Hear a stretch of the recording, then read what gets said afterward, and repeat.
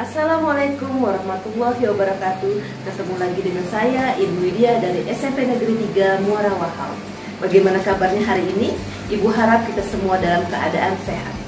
Hari ini kita akan belajar IPA materi pencemaran lingkungan bab 3 kelas 7 semester 2. Yuk disimak penjelasannya. Tujuan pembelajaran. 1.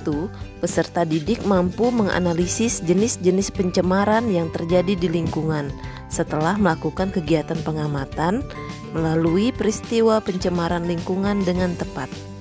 Kedua, peserta didik mampu menjelaskan berbagai polutan yang dapat mencemari lingkungan setelah melakukan penelusuran informasi dari berbagai sumber dengan benar.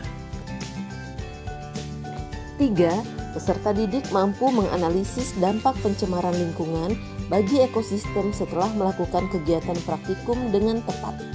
Keempat, peserta didik mampu membuat tulisan tentang gagasan penyelesaian masalah pencemaran lingkungan setelah melakukan kegiatan pengamatan lingkungan sekitar dengan tepat.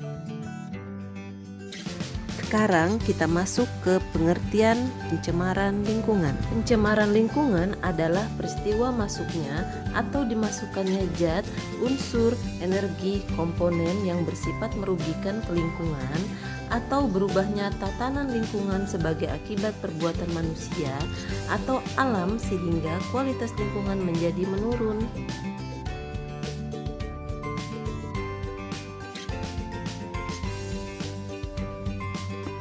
Segala sesuatu yang dapat membuat lingkungan menjadi kotor, tidak sehat, dan tercemar dinamakan bahan pencemar atau polutan.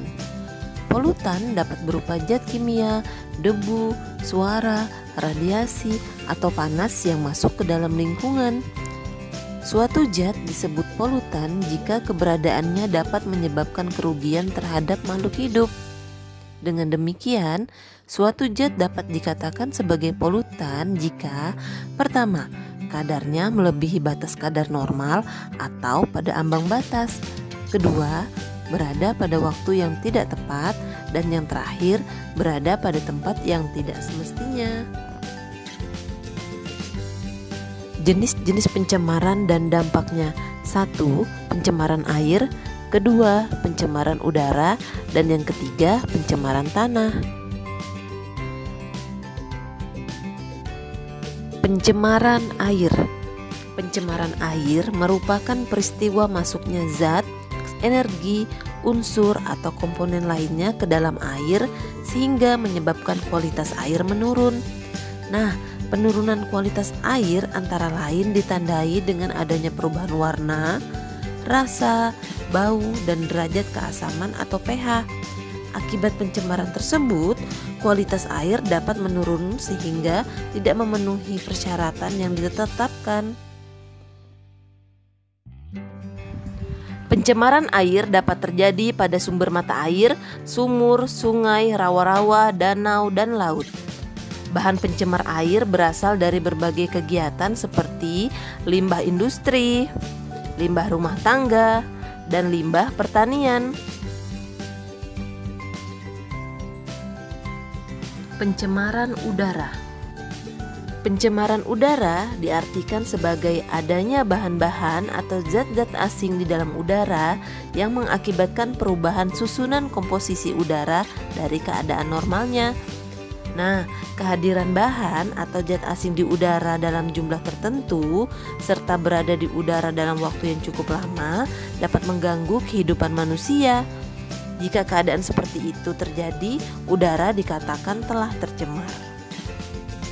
Beberapa kegiatan baik dari alam maupun manusia menghasilkan senyawa-senyawa gas yang dapat membuat udara tercemar.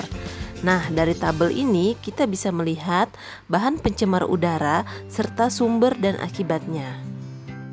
Berdasarkan keterangan pada tabel ini, pencemaran udara dapat mengakibatkan peristiwa-peristiwa seperti hujan asam, penipisan lapisan ozon, dan efek rumah kaca atau greenhouse effect.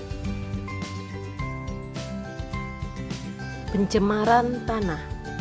Pencemaran tanah terjadi akibat masuknya atau dimasukkannya bahan pencemar yang berasal dari kegiatan manusia atau proses alam sehingga mengubah tatanan atau kondisi tanah alami.